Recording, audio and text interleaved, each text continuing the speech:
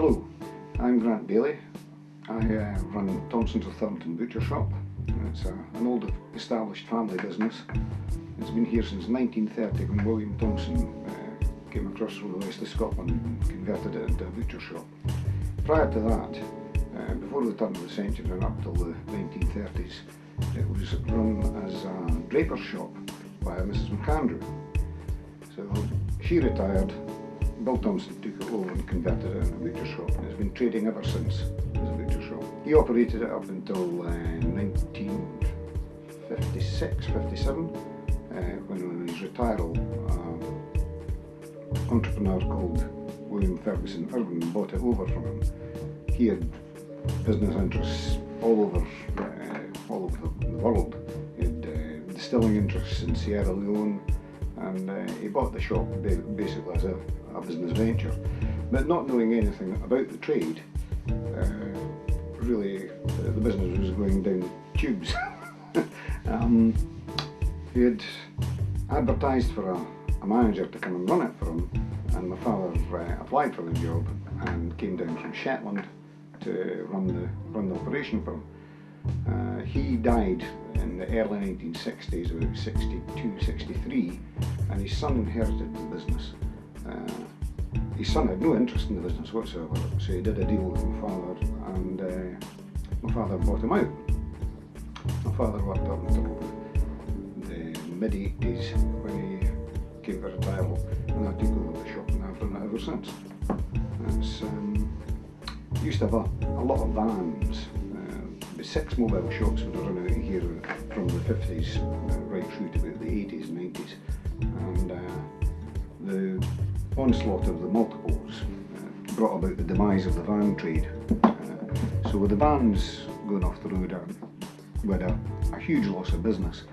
So I decided that I would try and do something to up that. So I started pre-packing my goods and putting it around local 8 to 8 shops.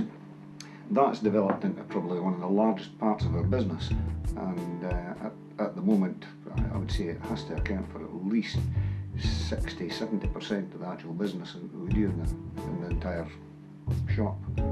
We still continue to do retail. We do retail sales over the counter. We've just recently put new cabinets in, new counters, new flooring, lighting and such like. So it's got a continental feel to it now. It looks quite nice when it's opened up in the summer. Everything that we produce is actually handmade, and it's all made from natural products. The sausages are all made from flanks of beef or flanks of pork, depending if it's beef or pork sausages. There's no artificial ingredients going into them like mostly your mass-produced stuff.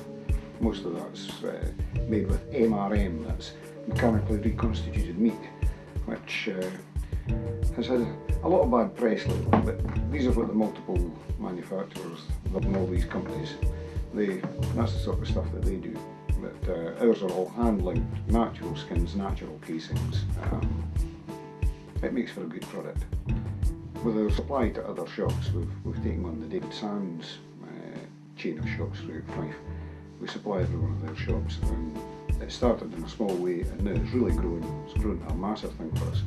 So it's all good business. Willy Wiley along the road there breeds Aberdeen Angus, Limousin cross cattle, which they're not ready for killing yet. He just moved over to that, so decided that I'm going to give him a shout. And when people ask where does meat come from, it comes from Thornton, as is the butcher shop and all the staff that work in it. So we've expanded the business dramatically and created employment for people locally. We're probably one of the largest employers in the town. Our relationship with the David Sands group, they pursue the same policy of only using local people to maintain and operate their stores.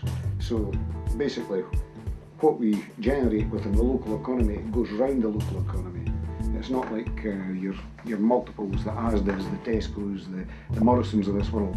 They suit the money out of the local economy and it doesn't come back into it. It goes to the city, to the shareholders. So we create a sustainable employment, and it's growing because people are sick fed up of eating stuff that's now been in transit from one end of the country to the next instead of getting it right on their doorstep. As the old story goes, you are what you eat, and all you need to do is look at those that eat the bulk of convenience foods. They're all bloated because they're filled with sugars and bulkers and all the rest of it. You won't get fat eating our products, you'll all get healthy.